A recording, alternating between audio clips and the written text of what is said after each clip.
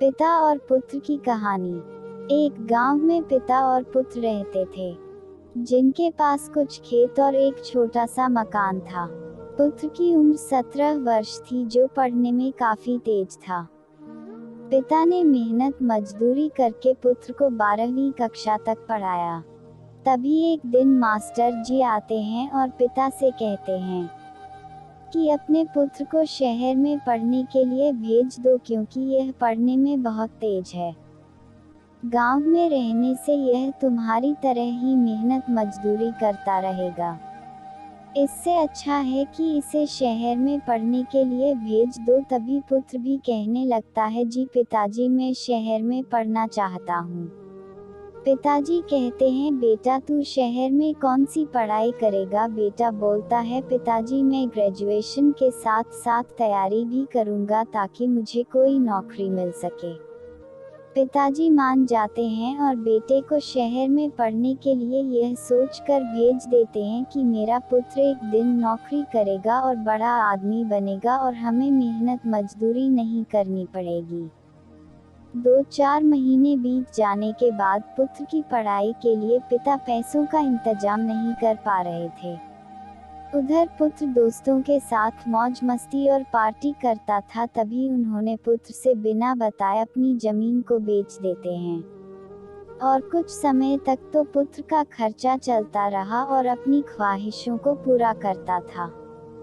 जब फिर पैसों की प्रॉब्लम होने लगी तो पिताजी घर पर सोच में बैठे हुए थे। तभी शहर का एक आदमी आता है और पूछता है, आप इतना उदास क्यों हैं? आपको क्या प्रॉब्लम है? पिताजी अपनी सारी कहानी बताते हैं। यह सुनने के बाद शहर का आदमी कहता है, आप मेरे साथ शहर चलो, मैं आपको पिज्ज़ा डिलीवरी का काम दिलाऊं, जिससे आपके बेटे का खर्चा और आपका भी खर्चा चल जाएगा।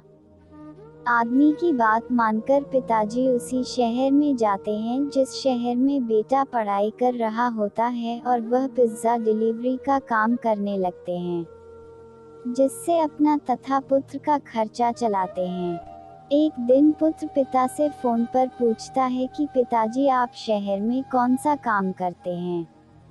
पिताजी बेटे से सही बात ना बोलकर कहते हैं, मैं ऑफिस में छोटा सा काम करता हूँ।